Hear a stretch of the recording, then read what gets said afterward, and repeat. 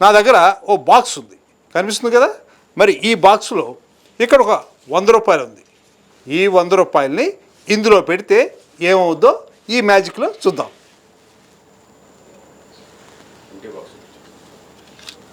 ఈ బాక్స్లో ఈ 100 రూపాయలు పెట్టా. మరి దీన్ని ఇలా క్లోజ్ చేశాను అనుకోండి. మరి ఓపెన్ చేసిన తర్వాత ఏమవుద్దో చూద్దామా. మరి ఈ బాక్సు ఇలా ఉన్నప్పుడు మనం దాన్ని ఓపెన్ చేస్తే ఎలా మారిపోతుందో ఒక్కసారి మీకు చూపిస్తా. చూశారు కదా. ఈ బాక్స్లో 100 రూపీస్ పెడితే 500 రూపీస్ అయింది. మీకు కూడా కావాలా? అంకుల్ మీరు ఇందాక 100 రూపీస్ ఇస్తే 500 రూపీస్ చేశారు కదా.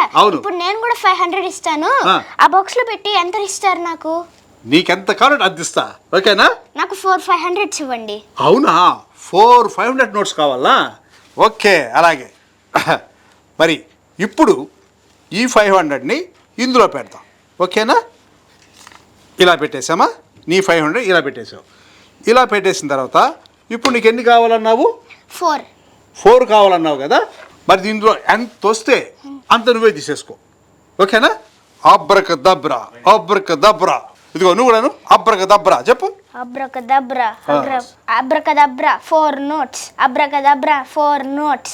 Abracadabra 4 notes. Very good, very good. ఇప్పుడు నీకు 4 నోట్స్ కావాలి, అంతే కదా. ఇదిగో నీ 500 10 రూపీస్ అయిపోయింది. నా 500. అవునా? 500 4 కావాలనా?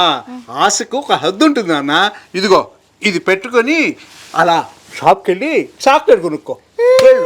వెళ్ళు. చూశారు కదా.